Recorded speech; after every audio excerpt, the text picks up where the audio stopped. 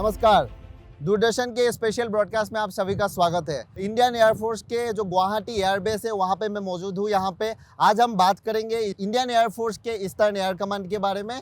यहाँ पे क्या क्या नया इनिशिएटिव्स लिया जा रहा है, टेक्नोलॉजिकल और modernisation of fleet, upgradation of fleet के बारे में क्या क्या इनिशिएटिव्स लिया जा रहा है, इन सभी के बारे में हम आज विस्तार से बात करेंगे। और इन सभी मुद्दों पर बात करने के लिए हम मिलेंगे इंडियन एयरफोर्स के जो ईस्टर्न एयर कमांड है उसके air officer commanding in chief air marshal SP Dharkar ji से। चलिए उनसे मिलते हैं और इस मुद्दों पे बातें करते हैं।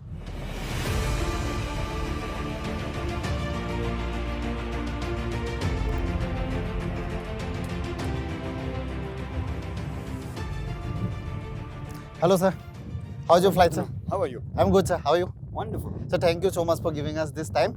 जैसे कि दूरदर्शन के दर्शकों को मैं बताना चाहूँगा, मैं शांतनु रघुमुड़िया इस वक्त ईस्टर्न एयर कमांड के air officer commanding in chief air marshal SP Dharkar sir के साथ है। हम एयरफोर्स के बारे में, ईस्टर्न एयर कमांड के बारे में थोड़ा सा बात करेंगे। Sir thank you again.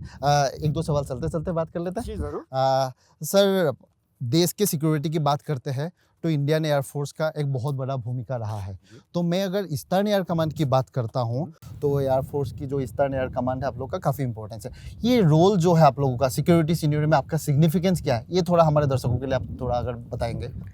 जैसा आपके दर्शक और आप भी जानते ही होंगे जी जो ईस्टर्न एयर कमांड की रिस्पॉन्सिबिलिटी है वो सिर्फ इस नॉर्थ ईस्टर्न रीजन में नहीं है। जी नॉर्थ ईस्टर्न रीजन के अलावा या इसके साथ साथ portions of West Bengal, Orissa, जी झारखंड, जी वहाँ तक हमारी रिस्पॉन्सिबिलिटी पहुँचती है। जी तो नॉर्थ ईस्टर्न स्टेट्स रहे और ये इलाका रहा, इन सब इलाकों में ईस्टर्न एयर कमांड की एरिया ऑफ रिस्पॉन्सिबिलिटी है। और यहाँ पे आपने देखा होगा कि ये जो इलाका है यहाँ पे हमारे आसपास 5 देश हैं, नेपाल, चाइना, भूटान, म्यांमार और बांग्लादेश। जी और यहाँ की जो टेरेन है वो आप देखोगे, यहाँ आसपास भी देख लो आप, ये हिल्स देखेंगे, ये तो काफ़ी छोटे हिल्स हैं, जी लेकिन देखा जाए तो बिल्कुल समुद्र तट से लेके कोलकाता की तरफ जी और हिमालय की ऊंचाइयों में 20,000 फुट की ऊंचाइयों तक हमारे यहाँ इस इलाके में अलग वेरी टेरेन है। और हम अभी ब्रह्मपुत्र वैली में, और यहाँ पे तो आप जैसे जानते ही होंगे कि यहाँ बारिश बहुत होती है, यहाँ पे जंगल बड़े घने हैं। और इस सब के कारण यहाँ का जो ये पूरा ही इलाका है, ये पूरा ही एरिया है, इसमें एयरफोर्स के लिए, डिफेंस फोर्सेस के लिए, सिक्योरिटी के लिए, नेशनल डेवलपमेंट के लिए काफ़ी महत्वपूर्ण चीज़ें हो रही हैं, होती रहेंगी। और इसमें हम भी अपनी कोशिश करते हैं कि हम भी भागीदारी करें। बिल्कुल बिल्कुल, हम वो देख भी रहे हैं। हालांकि एक चीज़ सर मैं पूछना चाहूँगा, मेरा मानना ये है कि जैसे पूरे दुनिया में ही काफ़ी सारे चीज़ें चेंज हो रहा है, बदलाव आ रहा है। ऑब्वियसली सिक्योरिटी सिनेरियो में, मिलिट्री स्ट्रेंथ में काफ़ी सारे चेंजेस, बदलाव आए हैं। तो आप कैसे देखते हैं कि इंडियन एयरफोर्स अपने आप को ये चेंजिंग सिनेरियो में कैसे अडॉप्ट करते हैं in terms of strategy, in terms of operations, ये आप सर कैसे बताएंगे? देखो, जब आप नेशनल सिक्योरिटी की बात करते हैं जी तो इसमें कोई दो राय नहीं है कि नेशनल सिक्योरिटी के लिए हमें हमेशा बदलाव के साथ साथ हमें चलना होगा। जी क्योंकि जैसे जैसे बाकी हालात, जैसे जैसे बाकी कंडीशंस बदलते जाएं, जी ये ज़रूरी है कि हम भी अपने आप को साथ साथ बदलें, जी ताकि ये इसके कारण जो कोई चैलेंजेस हो, इसके जी। कारण जो कोई नई समस्याएं हमारे जी। सामने आए, जी उसका हम ढंग से अपनी तरफ से और मिलजुल के उतना ही सामना कर पाएँ। जी तो आप ग्लोबल ट्रेंड्स देख लो, रीजनल ट्रेंड्स देख लो, क्लाइमेट चेंज देखो, फूड सिक्योरिटी देखो, सिक्योरिटी के हर मायने में जैसे आप सोचना चाहेंगे, लेकिन इसमें कुछ ना कुछ हमें ज़रूरी है कि हम अपने आप को सतत बदलते रहें, ताकि जो हमारे आसपास हो रहा है उसके साथ साथ हम कंधे से कंधा मिलाकर आगे बढ़ते रहें। जी ताकि कभी ऐसा ना हो कि इसमें से कुछ ऐसी चीज़ें हो जाए जिसके कारण हम पीछे रह जाएं, जिसके कारण सिक्योरिटी को परेशानी हो।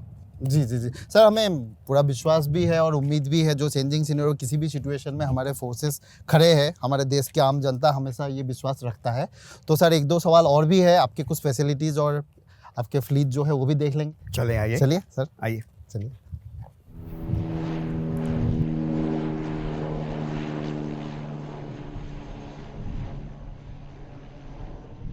सर हम जैसे अभी देख रहे हैं इस हैंगर में है, हम एयरक्राफ्ट देख रहे हैं अलग अलग। तो एक टेक्निकल सवाल मेरे दिमाग में आ रहा है, जैसे हमने अभी कुछ देर पहले चेंजिंग सिनेरियो के बारे में बात की, तो टेक्नोलॉजी भी काफ़ी चेंज हो रहा है। तो सभी सेक्टर्स में हो रहा है, किसी भी फील्ड में टेक्नोलॉजी चेंज हो रहा है। चेंजिंग टेक्नोलॉजी को आप लोग कैसे अडॉप्ट कर रहे हैं? किस टाइप के नए टेक्नोलॉजी एयरफोर्स में आ रहा है? साथ ही में मेरा एक सवाल ये भी है कि फ्लीट अपग्रेडेशन के लिए, मॉडर्नाइजेशन के लिए एयरफोर्स में स्पेसिफिकली अगर आप ईस्टर्न एयर कमांड की बात करें तो उस पर भी क्या क्या इनिशिएटिव लिया जा रहा है सर?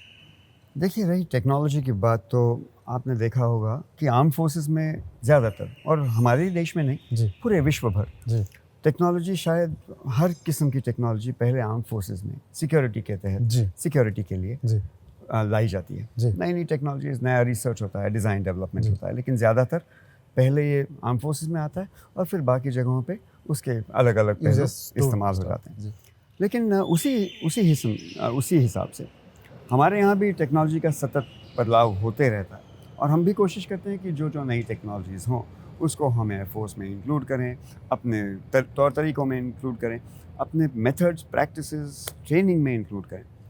लेकिन इम्पॉर्टेंटली आप ये भी जानेंगे कि नई टेक्नोलॉजीज़ महंगी होती हैं, जी उसको स्टेबलाइज होने में वक्त लगता है, जी और जब तक कि वो हो उसमें एक अरसा बीत जाता है। जी साथ साथ जब तक एडवर्सरीज अपनी टेक्नोलॉजी बढ़ाते रहेंगे, ज़रूरी होगा कि हम भी उसी तरीके से उनको मैच करें। जी ईस्टर्न एयर कमांड में अगर आप देखोगे तो हम अत्याधुनिक टेक्नोलॉजीज हम खुद भी ला रहे हैं।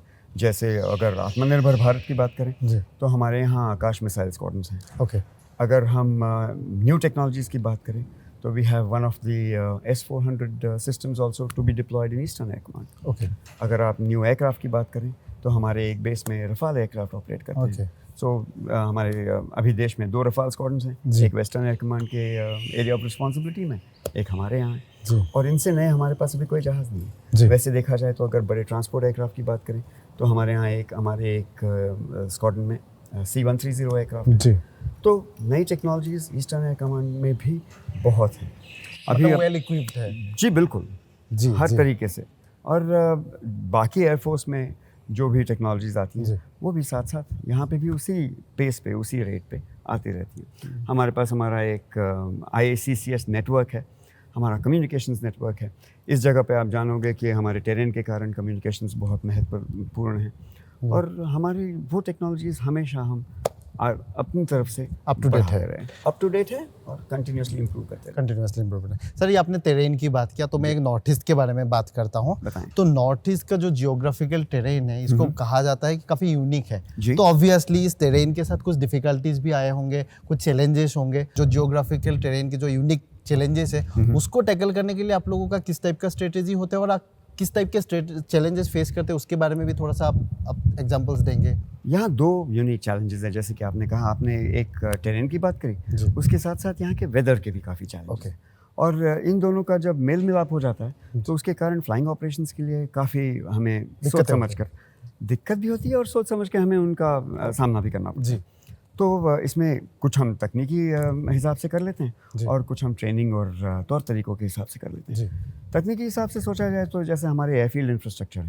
हैं, हम उनको इम्प्रूव कर रहे हैं ताकि बैड वेदर में, काफ़ी ख़राब वेदर में भी टेक ऑफ एंड लैंडिंग कर पाएँ और उन एयरफील्ड्स को इस्तेमाल कर पाएँ। हमारी जो एयरक्राफ्ट के सिस्टम्स हैं उनको हम इम्प्रूव कर पाते जी। हैं ताकि हमारा पोजिशनिंग हम बेहतर हो जाए, ताकि navigation from one location to the other becomes that much more appropriate, and at the same time we cater for the terrain, because यहाँ पे फ्लाइंग वैलीज़ के बीच में होती है, जी। और जहाँ पे ऊंचे पहाड़ हैं, जी। तो उसमें to navigate safely from one point to another, जहाँ जाना ज़रूरी जी। है, उसके लिए we are continuously improving our technologies on board our aircraft also. Okay okay, मुझे जो लग रहा है कि technology plays a very important role Extremely. In countering in tackling any kind of challenges, I believe. That is what technology is all about, and that is why it continues to improve. Yes. So sir ये तो this is all about internal this things. मैं थोड़ा सा ये भी जानना चाहूँगा क्योंकि आपके कमान में, ईस्टर्न एयर कमान में जो एरियाज आते हैं, इसके साथ आपने पहले ही बताया है कि फॉरेन टेरिटरीज़ के साथ हमारे बाउंड्री शेयर करते हैं, फॉरेन कंट्रीज़ के साथ। जब आप हमने एयर स्पेस को आप प्रोटेक्ट करते हैं तो ऑब्वियसली एक इंटरनेशनल कोऑर्डिनेशन, इंटरनेशनल रिलेशनशिप्स की भी बात आएंगे। जी। तो आप बाकी डिफेंस एजेंसीज़ के स्पेशली जो फॉरेन कंट्रीज़ के डिफेंस ऑर्गेनाइजेशंस के साथ है उसके साथ कोऑर्डिनेट कैसे करते हैं? इस मामले में मैं 3-4 चीज़ें कहना चाहूँगा। एक तो रही बात बाउंड्रीज और सर्वेलेंस की बात। जी तो हमारी जो हमारे रेडार जो हैं, हमारा इंटेलिजेंस, सर्वेलेंस, रिकॉनेसेंस कैपेबिलिटी जो है, उसको हम सतत इम्प्रूव करते रहते हैं। उसको हम सतत निगरानी में रखते हैं ताकि जो बाउंड्रीज और बॉर्डर्स हो उनको हम निगरानी में रख पाएँ। और उसके साथ साथ ये भी आता है कि हर तरीके के, हर किस्म के वेदर में, हर किस्म के मौसम में ये सतत करते रहने के लिए हमें अपनी काबिलियत हमेशा बढ़ानी पड़ती है। इसमें 2-3 चीज़ें और भी हैं। एक तो डिप्लॉयमेंट के बारे में हुआ, जिसके लिए इंफ्रास्ट्रक्चर डेवलपमेंट बड़ा मायने रखता है, क्योंकि जैसे यहाँ हम इंडियन आर्मी के साथ साथ काफ़ी काम करते हैं और इनके कई सारे जो पोस्ट हैं जो बॉर्डर्स पे हैं, उनको पहुँचने में कई बार कुछ ऐसे भी पोस्ट हैं जहाँ तक 4-5 दिन चल के जाना पड़ता है फ्रॉम द लास्ट रोड है। तो ये जो चैलेंजेस हैं, उनके साथ साथ हम वहाँ पे नए अत्याधुनिक रेडार्स पोजीशन कर लेते हैं, छोटे, रिलेटिवली पोर्टेबल। लेकिन वो सिर्फ रेडार वहाँ पोजीशन करने से फ़ायदा नहीं होता, उसका जो डेटा है उसको वापस एक सेंट्रल सिस्टम में मिलाना पड़ता है। तो उसके लिए नेटवर्किंग की ज़रूरत है। ये सब चीज़ें हमेशा हम साथ साथ करते रहते हैं। और आपने देखा होगा कि इंफ्रास्ट्रक्चर डेवलपमेंट वैसे भी इस इलाके में अब आजकल काफ़ी बढ़ रहा है और काफ़ी तेज़ी से बढ़ रहा है। तो हम भी उसके साथ साथ उसी का इस्तेमाल करके हम भी अपनी काबिलियत बढ़ा रहे हैं। जी सर, आपने डेवलपमेंट की बात किया तो एक सवाल मेरे मन में ये आ रहा है कि जब हम डेवलपमेंट की बात करते हैं तो यूथ का एंगेजमेंट भी एक बहुत बड़ा इम्पोर्टेंट टॉपिक होता है। तो हमने देखा है कि सेंट्रल गवर्नमेंट ने स्पेशली लास्ट कुछ सालों में youth employment, more employment generation, youth का स्किल डेवलपमेंट में भी काफ़ी काम किया है। उसमें डिफेंस सेक्टर की मैं बात करता हूँ तो ये अग्निपथ जो स्कीम है ये भी काफ़ी डिस्कशन में रहा है, इसको काफ़ी प्रेज किया जा रहा है। तो इंडियन एयरफोर्स में जो अग्निवीर वायु रिक्रूट हुए हैं, तो उसके बारे में, इस स्कीम के बारे में इन जनरल आप अपना राय अगर थोड़ा सा देंगे, और आपका असेसमेंट क्या रहा है, किस टाइप के उनका परफॉर्मेंस रहा है, थोड़ा देखिए। ये जो अग्निवीर है ये हमारा इंडक्शन का नया तरीका है जो अग्निपथ स्कीम है जी। और हमारे जो पहले अग्निवीर वायु हैं वो ऑलरेडी इंडक्ट हो चुके हैं, इनकी ट्रेनिंग खत्म हो गई है, ये फील्ड यूनिट्स में तैनात हो गए हैं already. How is their performance? Oh, their performance is as good, in fact probably better than the others for 2 reasons. One, क्योंकि ये जो सिलेक्शन हुआ, जो पूरे पूल में से सिलेक्ट हुए, considering the number of people who appeared for the selection and the people who were chosen, these people are actually the cream of the lot. तो इनकी अपने आप में इनकी काबिलियत बहुत ही बढ़िया है। और अब ये देखना है कि इनको हम अपने तौर तरीक़ों में कैसे शामिल कर पाएँ। और उसके लिए कुछ हिस्सा ट्रेनिंग में रहा और कुछ हिस्सा अब जब ये हमारे स्क्वाड्रन में तैनात हो जाएंगे या हमारे स्टेशंस में तैनात हो जाएंगे तो वहाँ कुछ हिस्सा वहाँ पे हमें उनके साथ साथ काम करना पड़ेगा ताकि वो एयरफोर्स के तौर तरीके उसी तरीके से सीख पाएँ जैसे हमारे इससे पहले जो एयरमैन भर्ती हुआ करते थे, वो जैसे ट्रेनिंग में जो सिखाए थे वो यहाँ कैसे करेंगे। इनके साथ साथ लेकिन इनके पास 2 मेजर एडवांटेजेस हैं। एक तो अब अगर आप स्किल डेवलपमेंट मैकेनिज्म की बात करें जो कि नेशनल गवर्नमेंट सेंट्रल गवर्नमेंट का एक मेजर पुश रहा है, और दूसरा जो हमारी नई एजुकेशन पॉलिसी है, इन दोनों के साथ साथ इनको एक बहुत बढ़िया अपॉर्चुनिटी भी है और इनको एक करियर पाथ अपने लिए चुनने का एक बढ़िया मौका भी मिलता है। पुराने इंडक्शन स्कीम के तहत ये होता था कि when somebody joined, he was expected to be with us at least for a period of 15 years. Okay. Which actually today's youth doesn't want to stick with one circumstance for that much time till they are very sure what they want to do. Yes. In the Agnipath scheme, it gives these people an opportunity after 4 years to decide, do they want to stay on? Do they want to continue in this? Or do they want to look for something else, having gained significant skill and education in these 4 years that they are with us. Okay. So it is a mutually very beneficial circumstance. उनके लिए भी अच्छा है, हमारे लिए भी अच्छा है। 2 तरीक़ों से, एक उनको मौका मिल जाता है, उनकी अपनी काबिलियत बढ़ती रहती है, और 2 हमारे पास ये मौका मिलता है, हमारे लिए ये मौका होता है कि इसमें से जो इनमें से और भी सिलेक्शन करके जो सबसे अच्छे होंगे वो हम अपने साथ आगे बढ़ाएंगे। तो लॉन्ग टर्म में आप इसको बहुत फ़ायदेमंद आप मानते हैं? जी बिल्कुल। अभी तो सिर्फ फर्स्ट कोर्स भी आया है और अभी तो जैसे जैसे हम आगे जाएंगे, हम इस स्कीम में भी जैसे इनका इंडक्शन हुआ है और जैसे इनकी ट्रेनिंग हुई है उसमें भी अप्रोप्रिएट फेरबदल कर लेंगे ताकि we can make the most of it. Thank you sir. मुझे उम्मीद है कि देश के यूथ और आगे आएंगे हमारे फोर्सेस के साथ एंगेज होने के लिए। जी हम तो सर 2-3 सवाल और भी है, जी थोड़ा बैठ के भी बात कर लेते हैं। आइए सर, चलिए।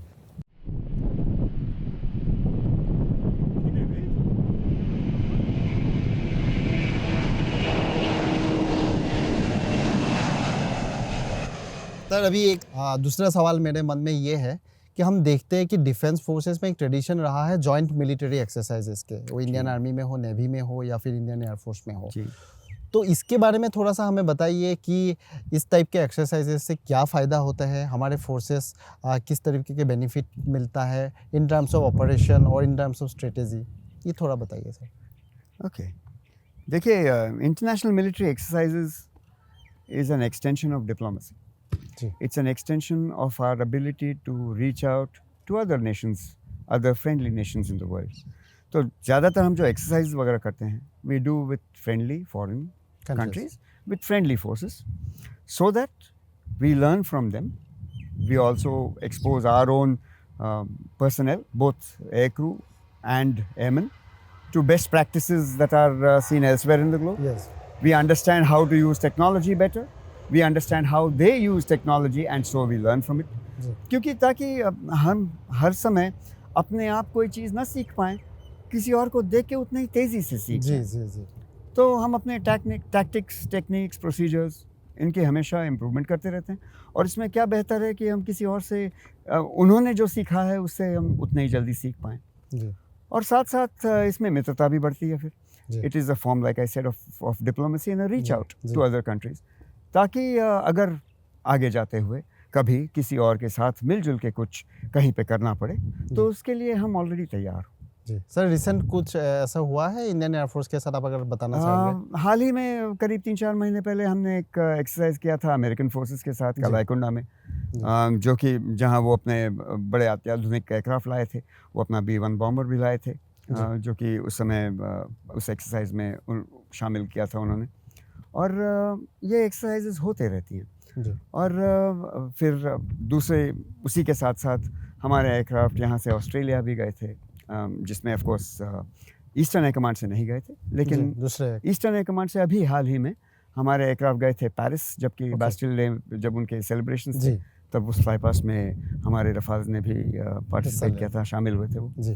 तो ये होते रहता है। और हमारी यही कोशिश रहती है कि हम जितने जहाँ भी अपने मित्र देशों के साथ अपना मेल जोल या मिलाप बढ़ाते रहें, हम कोशिश करते हैं कि एक म्यूचुअली सबके लिए it is beneficial for both sides. जी जी जी। सर, एक सवाल मेरे मन में ये है कि अपार्ट फ्रॉम वार और मिलिट्री एक्सरसाइजेस हमारे फोर्सेस बाकी सिविल अथॉरिटीज़ के साथ भी काफ़ी सिचुएशन में काम करते हैं। जैसे मैं अगर बात करूँ ईस्टर्न जोन की ही मैं अगर बात करता हूँ, तो जैसे उड़ीसा में साइक्लोन हो, मणिपुर में लैंडस्लाइड हो, आसाम में फ्लड हो, इस समय में हम फोर्सेस के लोगों को भी काफ़ी एक्टिव देखते हैं। जी। इस रोल को आप कैसे समझाना चाहेंगे डिजास्टर मैनेजमेंट और रिलीफ ऑपरेशंस में? देखिए, humanitarian assistance, disaster relief operations, HADR operations जो हम कहते हैं, वो तो हमारे ज़िंदगी का एक हमेशा रहेगा वो पहलू हमारे ज़िंदगी में। क्योंकि आप देखोगे कि वॉर हो, कॉन्फ्लिक्ट हो, इसमें किसी भी सैनिक का पार्टिसिपेशन मानो कुछ ही अरसे के लिए होता है। ज़्यादातर हम अपनी ज़िंदगी काटते हैं ट्रेनिंग में, और साथ साथ हमारी है कि एक डिसिप्लिन मेजर फोर्स है जो कि ऐसे किसी भी हालात में नेशनल लेवल काम के लिए हमेशा तैनात करी जा सकती है। और इसमें आपने देखा होगा कि तीनों फोर्सेस का काफ़ी योगदान रहता है, और ये बड़े ही अलग अलग किस्म का होता है। जैसे कुछ तो आपने गिनाए, इसके साथ साथ आप अगर देखोगे कि जैसे अफ़गानिस्तान से हम अपने नागरिक वापस लाए थे, या एडन से भी लाए थे जब यमन में कॉन्फ्लिक्ट हुआ था, या आप देखोगे कि कई बार हम लोगों ने रिलीफ मटेरियल बाकी देशों में भी पहुंचाया हुआ है, डिपेंडिंग अपॉन जो सिचुएशन था। अर्थक्वेक में रिलीफ नेपाल में जो हमने किया था, या फिर सुनामी रिलीफ के दौरान हमने भी उसमें भी हमने पार्टिसिपेट किया था। तो ह्यूमैनिटेरियन असिस्टेंस, डिज़ास्टर रिलीफ ये हमारे ज़िंदगी का एक हमेशा प्रेजेंट पहलू रहता है। जहाँ फ्लड्स हो, लैंडस्लाइड्स हो, जिनको आपने गिनाया, या किसी और, आजकल आपने देखा होगा कि जैसे अमरनाथ यात्रा में कुछ लोगों को वहाँ से निकालना पड़ा, या आप देखते हो कुछ सैलानी मानो माउंटेनियरिंग कर रहे थे और वहाँ से रेस्क्यू करना पड़ा मेडिकल असिस्टेंस के लिए। तो ये तो हमारे ज़िंदगी का हमेशा एक साथ साथ चलने वाला पहलू है। जी जी। सर, दूसरे पहलू के बारे में भी बात करना चाहूँगा। जैसे सोसाइटी में भी हमारे काफ़ी सारे चेंजेस आए हैं, जैसे हमने टेक्नोलॉजिकल चेंजेस के बारे में बात किया, तो एक सोसाइटियल कुछ जेंडर इक्वलिटी के बारे में जी। मैं बात करता हूँ। तो आजकल किसी भी वर्क प्लेस की मैं बात करता हूँ, किसी भी मुद्दे पे बात करता हूँ, तो एक जेंडर सेंसिटिविटी के बारे में भी चर्चा होते हैं। जी। तो फोर्सेस में भी जो वुमेन पार्टिसिपेशन है उसके बारे में भी चर्चा होता है। तो आप थोड़ा सा अगर इनिशिएटिव्स के बारे में बताएंगे कि इंडियन एयरफोर्स क्या, या फिर स्पेसिफिकली ईस्टर्न एयर कमांड में भी कुछ इनिशिएटिव्स लिया है so that more womens are encourage for participation, more gender equality, और जो वर्क प्लेस में जेंडर सेंसिटिविटी है उसको बढ़ाने के लिए आपने कुछ अवेयरनेस के लिए कुछ किया है, उस टाइप की इनिशिएटिव आप थोड़ा बताना काफ़ी चाहिए। अच्छा सवाल पूछ रहे हैं आप। देखिए अगर देखा जाए तो हमारे पॉपुलेशन का आधा हिस्सा तो वुमेन है। जी So that is one major workforce that actually requires to be utilized by the nation in nation building in every way. जी और रही बात आर्म फोर्सेस में, तो हमारे पास काफ़ी अरसे से विमेन ऑफिसर्स तो रही थी। जी पहले इनिशियली मेडिकल सर्विसेज में ज़्यादा रहती थी, लेकिन अब पिछले कम से कम अब 3 दशकों से हमारे बाकी हर डिपार्टमेंट में भी विमेन आने लगी हैं। जी we have women pilots, we have women engineers, we have women administrators, logisticians, हर पहलू में। और अब अगर आप देखोगे तो we have women Agniveer Vayu also. जी So that is a continuously improving Yeah. scenario.